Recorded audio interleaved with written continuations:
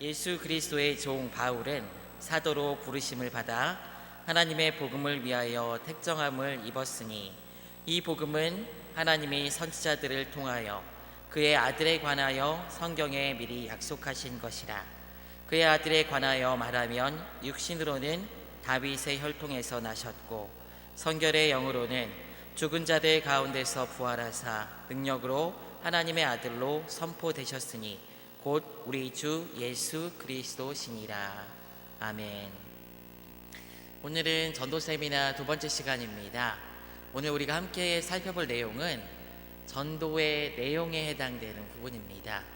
한마디로 무엇을 전해야 하는가라는 그 내용으로 함께 살펴보기를 원합니다. 우리가 침묵의 죄를 범하는 두 번째 이유가 무엇이었냐면은 무엇을 말해야 할 바를 알지 못하기 때문이라고 말씀드렸습니다. 여러분들도 실질적으로 누군가에게 복음을 전해야 된다고 한다면은 여러분 무엇을 전하겠습니까? 한번 머릿속으로 어떻게 전할지 한번 생각해 보세요. 그리고 내가 복음을 잘 알고 있는가, 내가 전해야 될 내용들에 대해서 잘 알고 있는가 한번 고민해 봤으면 좋겠습니다. 잘 모르시겠다면은 오늘 이 시간을 통해서 우리가 전해야 될 복음의 내용이 무엇인지 정확하게 인지하시고 또 그것을 상황과 환경에 맞춰서 전할 수 있는 여러분들 되시기를 원합니다. 자, 복음이 증거되지 않은 이유에 대해서 사람들이 변명을 해요. 오늘 이 시대에 복음이 증거되지 않는 이유에 대해서 변명을 하는데 세 가지로 이야기할 수 있을 것 같습니다. 제가 유인물에 나눠드렸는데요. 그 변명을 하는 사람들에 대한 제가 그냥 이름을 붙여봤어요. 뭐냐면 첫 번째는 변역파예요. 변역이란 말이 좋은 말이긴 한데요. 근데 이 변역파라는 것은 여기서 제가 얘기 드린 변역파라는 것은 복음의 내용이 변해야 된다라고 주장하는 사람들이 있다는 것입니다. 어떤 사람들은 이 현 시대에 복음을 전하는 것에 문제가 있다고 보고 있습니다. 그래서 복음의 내용이 바뀌어야 된다라고 이야기하는 사람들이 있다는 거예요. 혹 그런 얘기는 하지 않는다 할지라도 우리가 예수 그리스도를 전할 때 무엇을 전하는지 보게 되면은 이 사람들이 생각하는 복음의 내용이 무엇인지 알 수 있는데 그 사람들 중에는 이렇게 변역파와 같은 입장을 가진 사람들이 있어요. 복음의 내용이 변해야 된다고 생각하는 사람들이 있다는 것입니다. 그래서 무엇을 전하냐면은 복음을 전하는 것이 아니라, 성경에서 이야기하는 복음을 전하는 것이 아니라 사랑, 평안, 부, 복, 건강과 같은 그런 메시지를 전한다는 것입니다. 그런 메시지를 전하면서 사람에게 복음을 전해야 된다는 거예요. 그런데 복음이 만약 이렇게 변하는 것이라면은, 복음의 내용이 변하는 것이라면은 복음은 그 자체로 가치를 잃어버리게 되는 것이죠. 우리는 성경에서 이야기하는 복음을 그대로 전해야 되는 줄 믿습니다. 두 번째 부류의 사람이 있습니다. 이 복음의 내용을 문제 삼으면서 무엇이냐면은 실제로 전도와 침묵을 동일하게 생각하는 사람들이 있어요. 전도와 침묵을 동일하게 생각하는 침묵파들이 있습니다. 아예 복음이라는 것이 존재하지 않는다고 주장하는 사람들이 있어요. 우리는 아무런 할 말이 없다. 우리의 소명은 세상 사람들 옆에 앉아 그의 가르침을 받는 것이다. 그의 가르침을 따르는 것이다 라고 이야기한다는 거예요. 불신자들 사이에서 그리스도인으로 존재하는 것이 우리의 소명이다 라고 이야기합니다. 이것이 맞을까요? 틀릴까요? 여러분, 이 얘기가 우리가 불신자들 사이에서 그리스도인으로 존재하는 것은 우리의 소명이 맞긴 합니다. 그런데 그게 침묵하는 변명이 되어서는 안 된다는 거예요. 우리가 복음을 증거하는 그런 통로로서 우리가 거룩하게 살아가고 그리스도인으로 존재할 수는 있어요. 그게 맞아요. 그런데 그렇다고 해서 우리 입을 통해서 복음을 증거하지 않는 것에 대한 변명이 이유가 그것이 되어서는 안 된다는 것입니다. 이런 태도는 복음을 전하는 것을 완전히 포기하는 거예요. 그냥 물론 불신자들 사이에서 침투하고 파고들어야 하는 것은 맞습니다. 그들 가운데 빛, 소금으로서의 역할을 감당하는 것은 맞아요. 그러나 그들 사이에 침묵만 하고 있는 것 자체, 그래서 빛만 비친다, 이것은 하나님께서 주신 복음 전파의 사명을 그냥 묵살해버리는 거랑 똑같다는 것입니다. 그래서 침묵하고 있다는 것도 맞지 않아요. 세 번째, 복음이 증거되지 않는 이유에 대한 사람의 변명이 무엇이냐면은 도피파예요. 도피하는 거예요. 어떤 사람들은 복음 전도의 사명에서 도피해서 교회의 중요한 사명들을 이 복음 전도의 사명을 이 교회의 중요한 사명으로 대체하려고 합니다. 어떤 것이 있냐면은 치유, 교육, 사회사업과 같은 선행에 집중하려고 해요. 물론 우리의 착한 행실을 보고 사람들이 하나님이 계심을 알게 되고 하나님께 영광을 돌릴 수 있어요. 성경에서도 그렇게 이야기하니까. 그렇지만 그것이 복음 증거는 아닙니다, 여러분. 물론 이런 일은 해야 하고 옳은 일이에요. 교회의 중요한 사명이에요. 그러나 그리스도께서 말씀하신 최종적이고 보편적인 사명은 병자를 고치는 일이나 사회를 개혁하는 일이 아니라 무엇입니까? 복음을 전해서 하나님 나라가 확장되게 하는 것이 교회의 중요한 사명이라는 것입니다. 이런 사회적 활동은 전도와 동일한 것이 아니에요, 여러분. 전도의 구성 요소도 아닙니다. 그냥 교회의 중요한 사명이에요. 함께 감당해야 되는 전도와 같은 사명이지 그것이 전도를 대체하는 것은 아니라는 것을 여러분 기억하시길 바랍니다. 그래서 여러분들의 삶의 자리에서 이런 사명들을 가지고 살아가는 것이 중요해요. 그리스도인으로 존재하는 것도 중요합니다. 많은 비그리스도인들 사이에서. 그리고 하나님의 성경의 많은 가치들을 전하는 것도 중요합니다. 그런데 그것이 복음 전도와 복음을 전하는 것과 바뀔 수는 없는 것이라는 것을 우리는 꼭 기억해야 하는 거예요. 그래서 우리는 복음을 전해야 합니다. 그렇다면 우리는 어떤 복음을 전해야 되는 것일까요, 여러분? 복음의 내용, 우리가 전해야 되는 참된 복음의 내용은 무엇일까요? 자, 그 첫 번째가 무엇이냐면은 우리 따라해 봅시다. 예수 그리스도. 우리가 전해야 되는 복음의 내용의 가장 핵심은 무엇이냐면은 예수 그리스도예요. 부나 사회적인 성공이나 사랑과 같은 메시지가 아니라 예수 그리스도를 전해야 합니다. 오늘 우리가 로마서 1장 1절부터 4절까지 읽었습니다. 바울은 자신이 불림받은 목적에 대해서 이야기하면서 전하는 것이 무엇이냐면은 예수 그리스도다라고 이야기를 하고 있습니다. 말씀과 같이 복음은 하나님의 아들 예수 그리스도에 관한 선포입니다. 이는 선지자들을 통해서 과거에서 지금까지 계속 증거되어져 내려왔고, 또 아들 예수 그리스도를 통해서 예수님께서 이 땅에 계실 동안에 증거하셨고, 또 사도들을 통해서 그 내용을 동일하게 증거해 왔어요. 우리도 동일한 내용을 이 시대에 증거해야 됩니다. 무엇을 증거해야 된다고요? 예수 그리스도를 증거해야 된다는 거예요. 그렇다면 복음의 내용이 되는 그리스도와 관련된 이 내용은 무엇일까요? 예수 그리스도를 증거해야 된다고 하는데 이 예수 그리스도에 관한 어떤 것을 우리는 증거해야 되는지 한번 살펴봐야 되겠죠. 그 내용은 무엇이냐면요, 다 같이 저 따라합니다. 그리스도의 죽음. 네, 사실 이 복음의 기초라는 것은요, 그리스도에 관한 역사적인 사실 전부를 전하는 것입니다.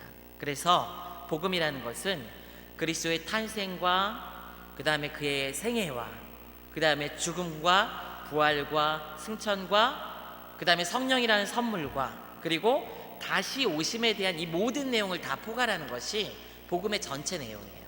그런데 그 중에서 가장 중요한 핵심 중에 핵심이 무엇이냐면은 바로 그리스도의 죽음이에요. 죽음. 이것이 우리가 전해야 될 복음의 핵심이라는 것을 여러분 꼭 기억하십시오. 고린도전서 15장 3절에서 보게 되면은 이렇게 기록하고 있습니다. 내가 받은 것을 먼저 너희에게 전하였노니 이는 성경대로 그리스도께서 우리 죄를 위하여 죽으시고, 바울이 전했던 게 뭐예요? 성경대로 그리스도께서 우리 죄를 위해서 죽었다라는 사실을 전했던 것이에요. 사도들도 동일한 내용을 전했습니다. 성경에서 이야기한 대로 그리스도께서 죽으셨는데 무엇을 위해서 죽으셨다고요? 우리 죄를 위해서 죽으셨다는 그 사실을 사도들이 증거했습니다.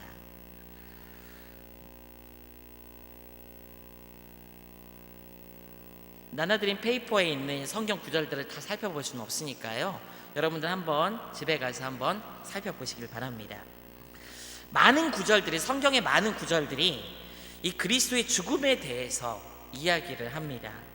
말씀에서는 그리스도께서 우리 죄를 위해서 사셨다, 혹은 우리 죄를 위해서 부활하셨다, 이런 내용이 없어요. 성경에는요. 우리 죄를 위해서 무엇을 하셨다고요? 죽으셨다라고 성경에서 기록하고 있습니다. 우리 죄를 위한 그분의 사역은 항상 그분의 죽음과 관련이 되어 있습니다.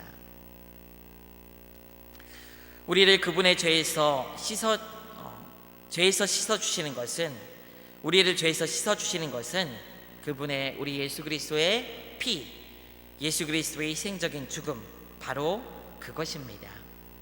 그래서 이것과 관련해서 그리스도의 피를 그렇게 성경에서는 강조를 해요. 그리스도의 피를.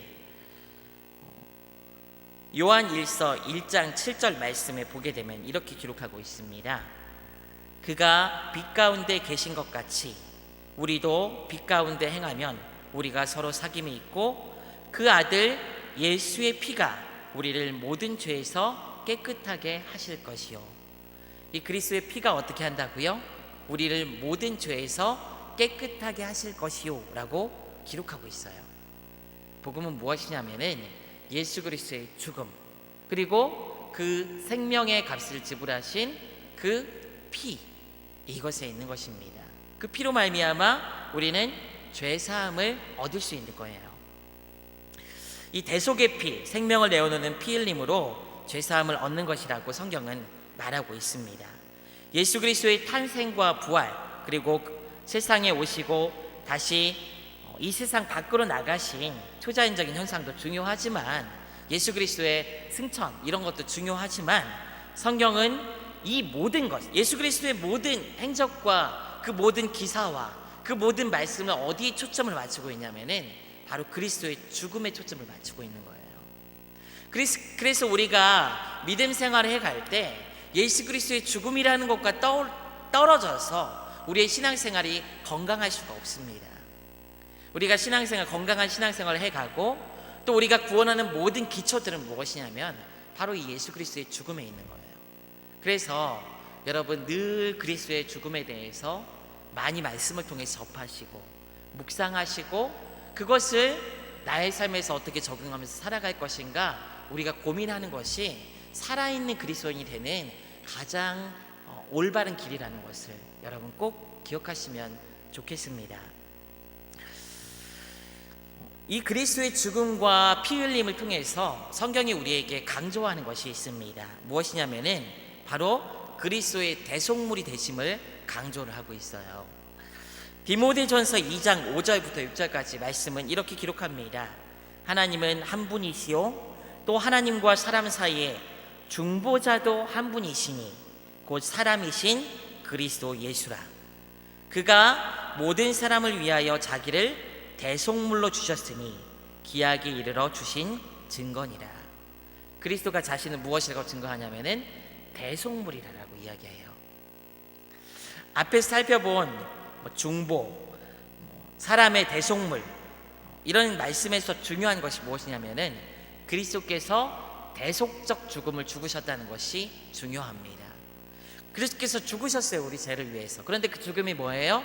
우리를 대신 속해 주시기 위해서 죽으신 죽음이다라고 성경은 증거한다는 거예요. 그냥 죽기만 하면 뭐합니까? 그 죽음의 의미가 있어야 되잖아요. 이 죄를 속하기 위한 그리스도의 죽음에 대해서 성경은 증거합니다. 주님께서 대속물이 되시기 위해서 사람이 되셨고 이 땅에 오신 것이고, 또 대속물이 되셔서 우리와 하나님 사이를 중보하신 거예요. 죄가 없는 사람으로서 죄값을 감당하는 피 흘림이 없는 사람으로 오신 것은 이 죄값을 감당하는 피 흘림이 없이는 이 사람으로 오신 것이 무의미한 것이 되는 거예요. 모든 것이 다 어디에 맞춰져 있는 거예요?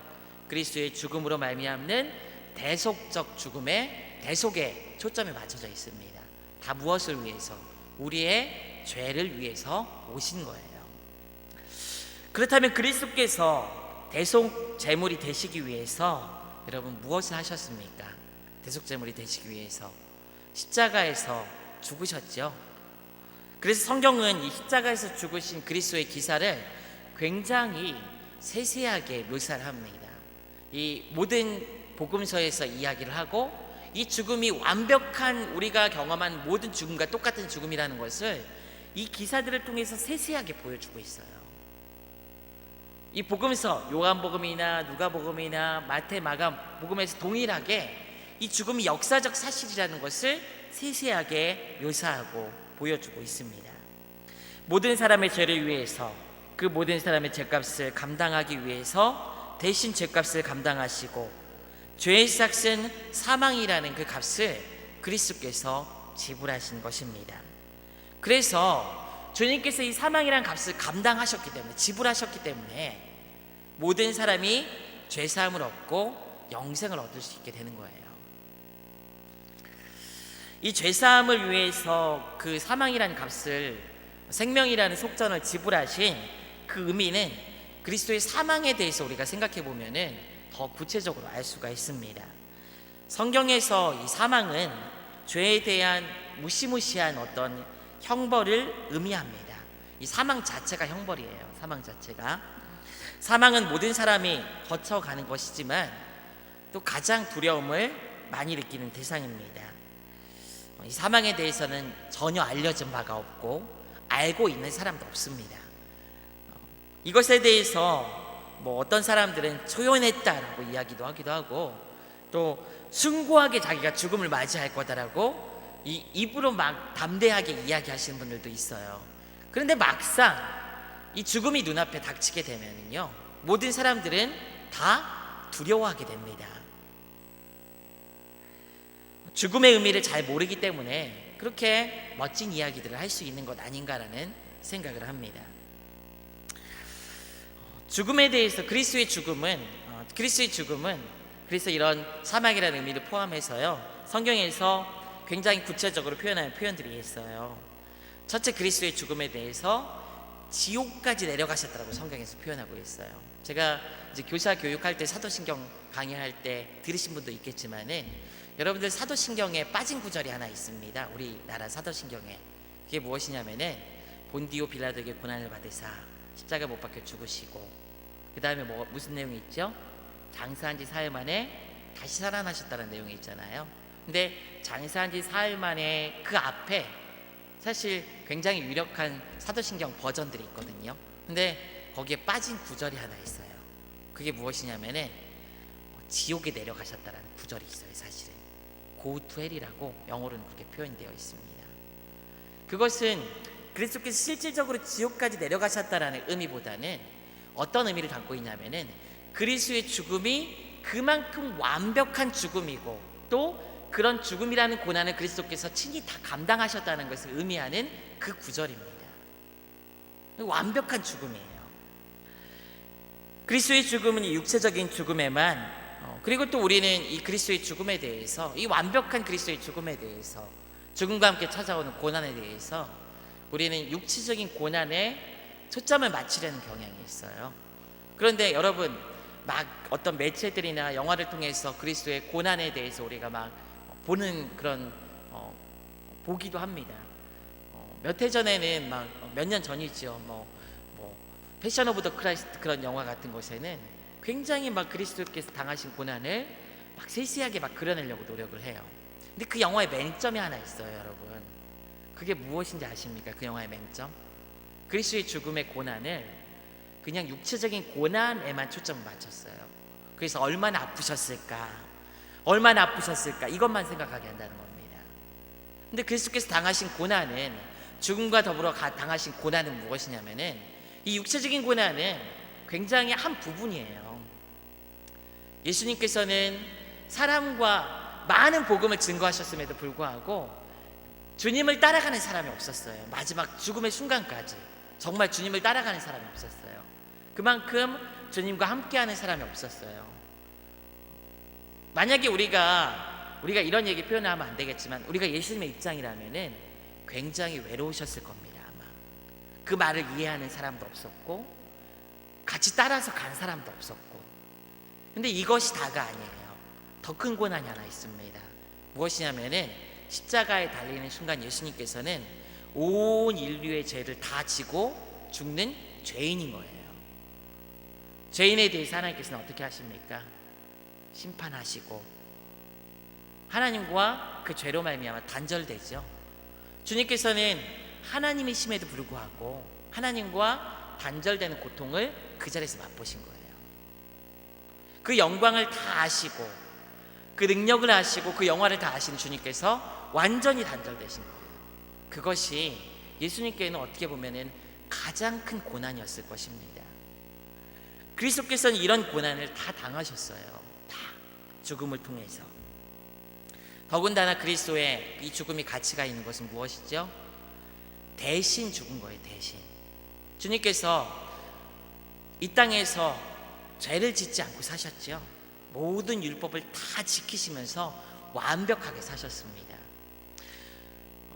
여러분, 예수님께서, 제가 교사 교육할 때도 질문을 던졌는데요, 예수님께서 이 땅을 살아가실 때 죄를 지을 가능성이 있으신 분이었을까요? 없으신 분이었을까요? 여러분,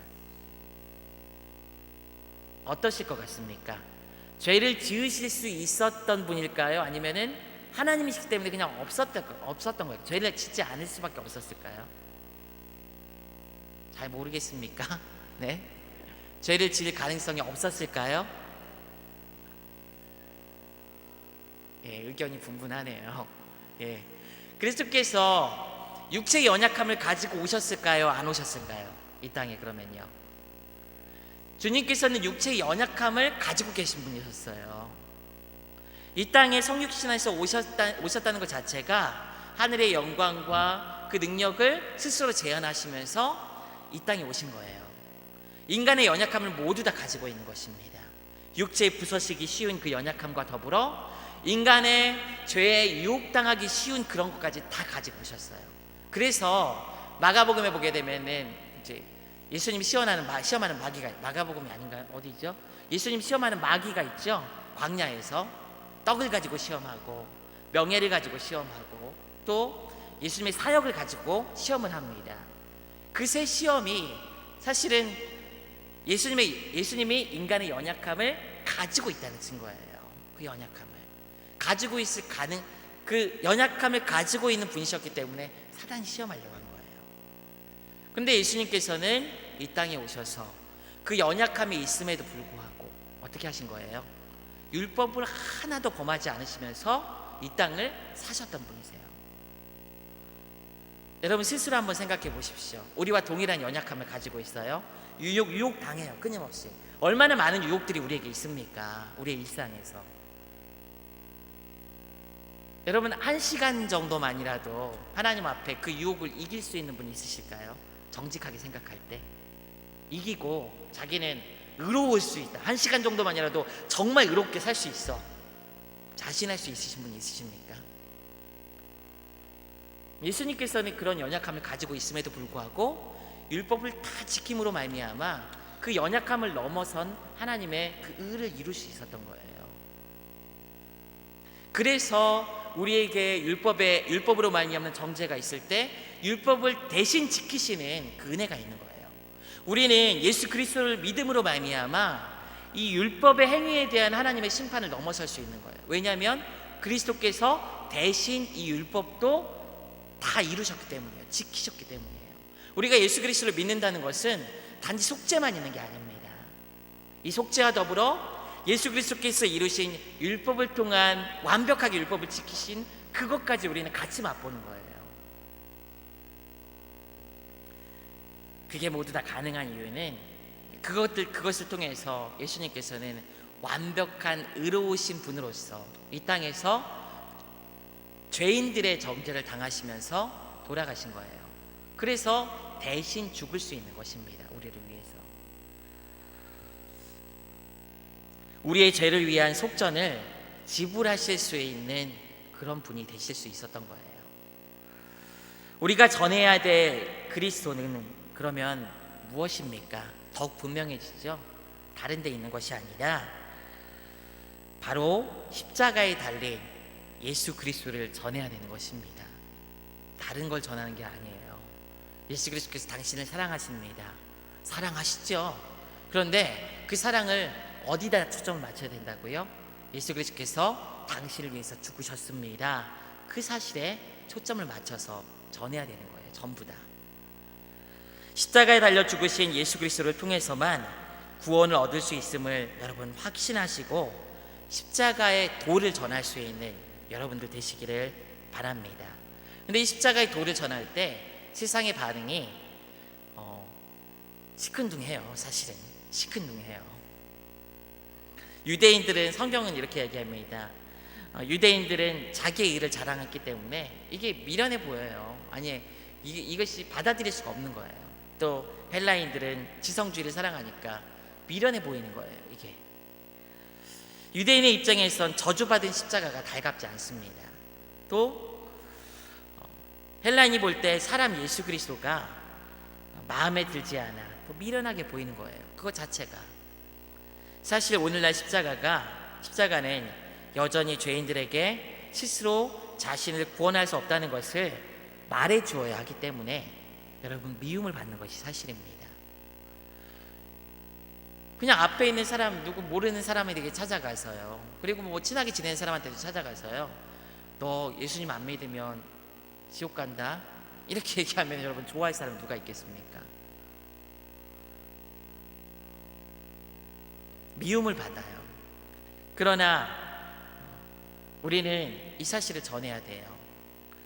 당신은 죄인입니다 라고 이야기하면서 그들에게 예수 그리스도를 전해야 합니다. 아마 다 미워하고 싫어할 것입니다. 그러나 여전히 우리는 이 진리를 전해야 되는 사명이 있고, 이것을 통해서, 이 진리를 통해서 하나님께서 구원하십니다. 우리는 십자가를 전하면서 그 거절에 대한 두려움과 치욕에 대한 부끄러움을 이겨내야 되는 거예요. 복음을 전하면서도 유혹받기 쉽습니다. 이 두려움과 부끄러움을 피하고 싶다고, 그래서 다른 복음을 전하려고 해요. 다른 복음을. 그러나 생명은 거기에서 나지 않아요. 오직 예수 그리스도의 죽음, 그 십자가만 구원을 가져오는 복음의 진리임을 믿어야 하고 그 진리를 전해야 합니다. 바울은 이렇게 고백합니다. 고린도전서 2장 2절에서 내가 너희 중에서 예수 그리스도와 그가 십자가에 못 박히신 것 외에는 아무것도 알지 아니하기로 작정하였습니다. 바울은 굉장히 똑똑하고 많은 것을 아는 사람입니다. 그런데 그가 작정했대요. 복음에 미련한 것으로 예수 그리스도를 전하기로 작정했다라고 이야기합니다. 사랑하는 여기 계신 모든 성도 여러분, 복음을 전합시다. 그런데 다른 복음이 아니라 십자가에 달리신 예수 그리스도를 전할 수 있는 여러분들 되시기를 원합니다. 다른 그 복음을 전하는 사람들이 받아들이든 받아들이지 않든 간에 여러분, 그건 우리가 속아날 게 아니에요. 복음을 전해야 합니다. 예수 그리스도의 죽음과 그 십자가를 전해야 합니다. 복음의 내용, 이것이 가장 중요한 내용이에요. 첫 번째가. 근데 두 번째가 또 있습니다. 두 번째, 우리가 복음을 전하면서 전해야 되는 게 또 하나가 있어요. 그것이 무엇이냐면은, 다 같이 따라해 봅시다. 인간의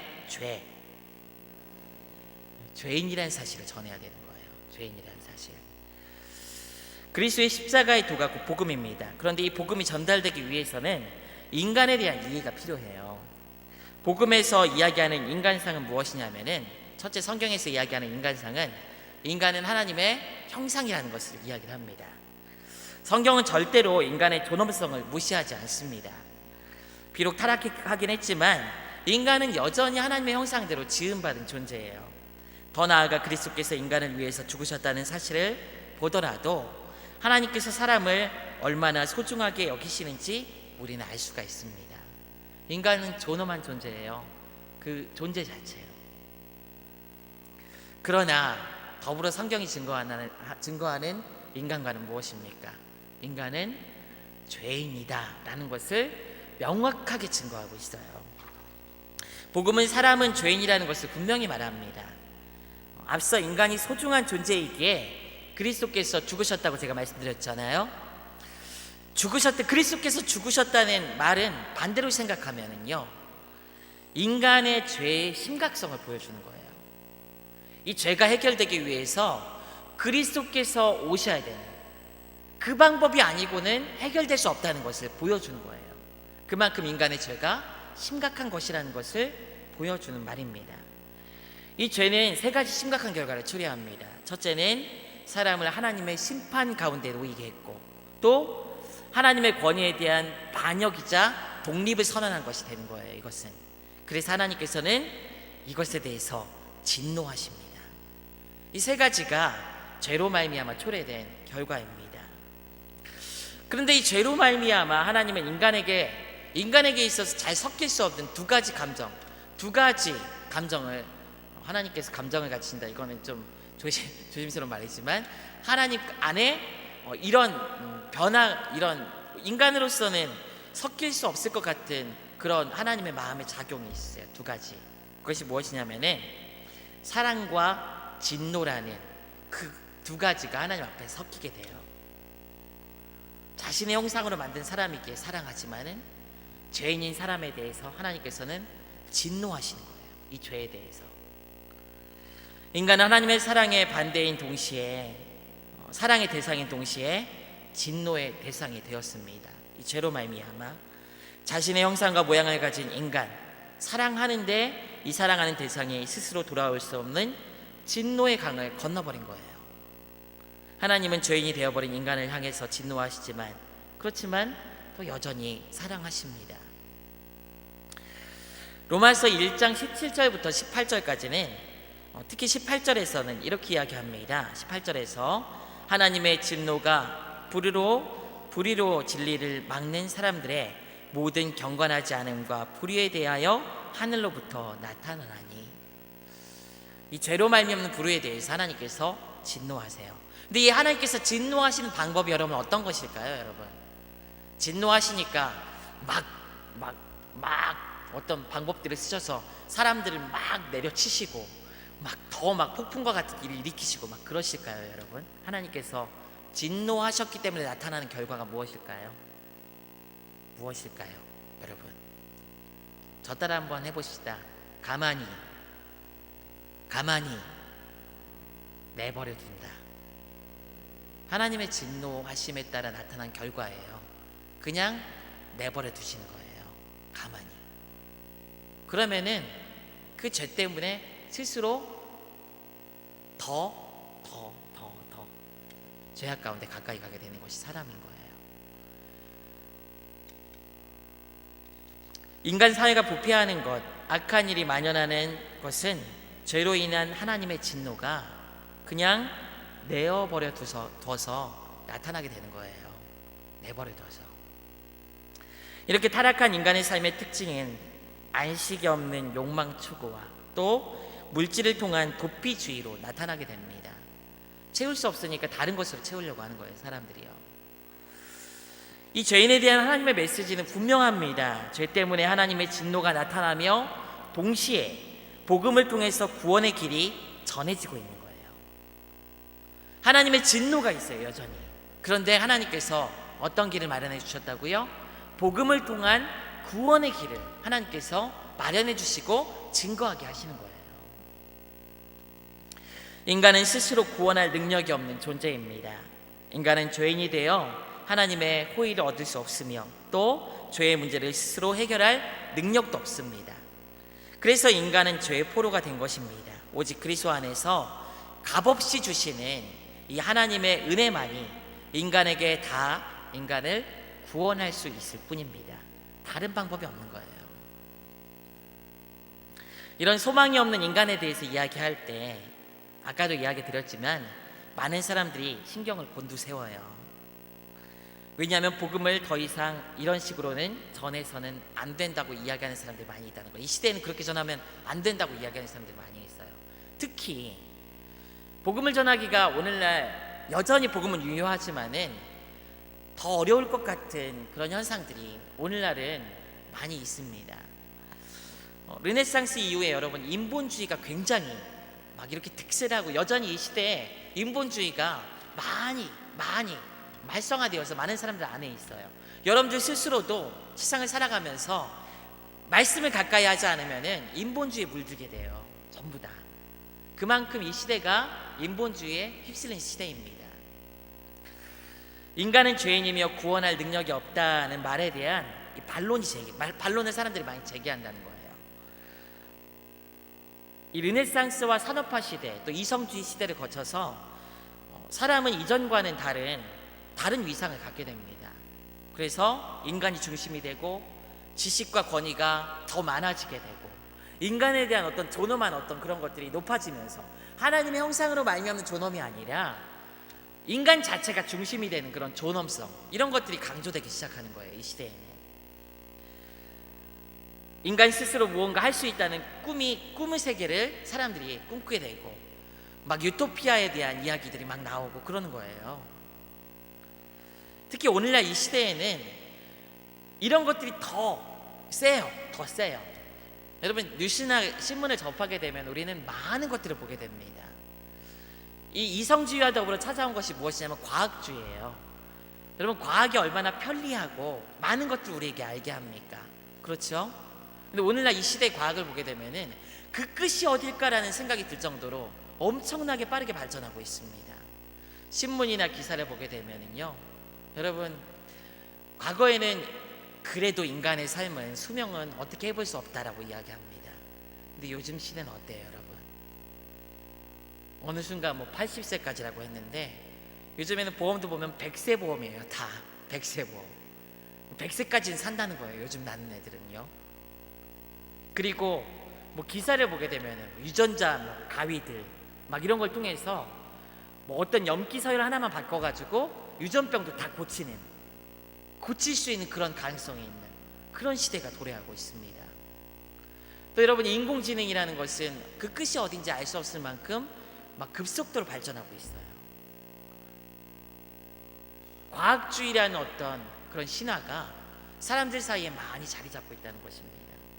많은 사람들은 특히 이과 계열에 있는 많은 사람들은 이 과학이 인간의 유토피아를 이룰 것이라는 그런 막연한 어떤 상상도 그런 신념도 가지고 있는 사람들이 많이 있는 시대예요.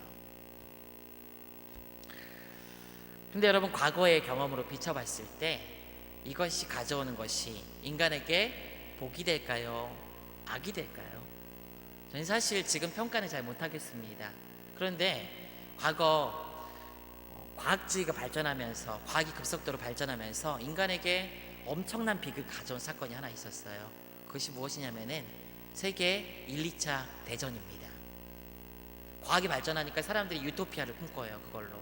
그런데 발전하고 주신 그 도구를 가지고 더 큰 죄를 짓는 거예요. 더 큰 죄를. 물리적으로는 물질적으로는 좋을 수 있어요. 그런데 결국 그것을 죄 있는 인간들은 어떻게 쓰냐면은 자신들을 파멸하는 데 쓰는 것입니다. 하나님이 없을 때 결국 이 죄의 문제는 죄로 말미암은 고통의 문제와 아픔의 문제들은 결국 어떤 것으로도 해결될 수 없는 거예요. 오직 예수 그리스도의 십자가의 복음으로 말미암는 그 구원의 은혜만이 소망이라는 것을 여러분들은 확신하시기 바랍니다. 간격의 하나님이라는 말이 있어요.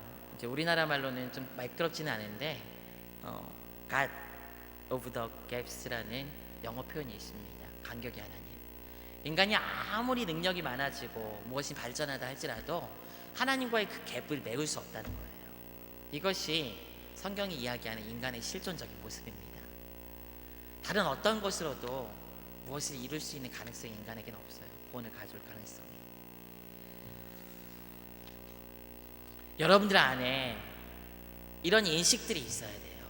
그리고 나서 그 죄의 문제를 해결할 수 있는 유일한 길이 예수 그리스도라는 확신을 여러분들이 해야 되는 거예요. 그래야 복음도 전할 수 있는 것입니다. 인간은, 그래서 죄가 있는 인간은 소망이 없는 존재라고 성경은 이야기합니다. 실제로 많이 배운 사람, 못 배운 사람, 가난한 사람, 부자, 권력자, 피지배자와 같은 다양한 사람들이 모두 다 죄를 짓습니다. 모르는 사람은 모르는 대로 죄를 짓고, 또 많이 배운 사람은 배운 것으로 죄를 짓고, 가난한 사람은 가난해서 도둑질하고, 부자들은 더 큰 부를 위해서 도둑질할 뿐입니다. 뭐가 많아진다고 좋아지는 게 아니에요. 권력자는 자신이 가진 힘으로 착취하고 이를 추구하며 피지배자를 상대로 죄를 짓고, 이 피지배자는 피지배자대로 권력의 피라미드 구조 속에서 또 죄를 짓습니다. 그 아래에 있는 사람들 착취하면서. 이것이 성경이 이야기하는 사람이에요. 아무리 좋아지고 발전한다고 해도 소망이 없는 것이 인간이라는 것을 우리는 누구도 부인할 수가 없어요. 성경도 그렇게 증언하고 있고요.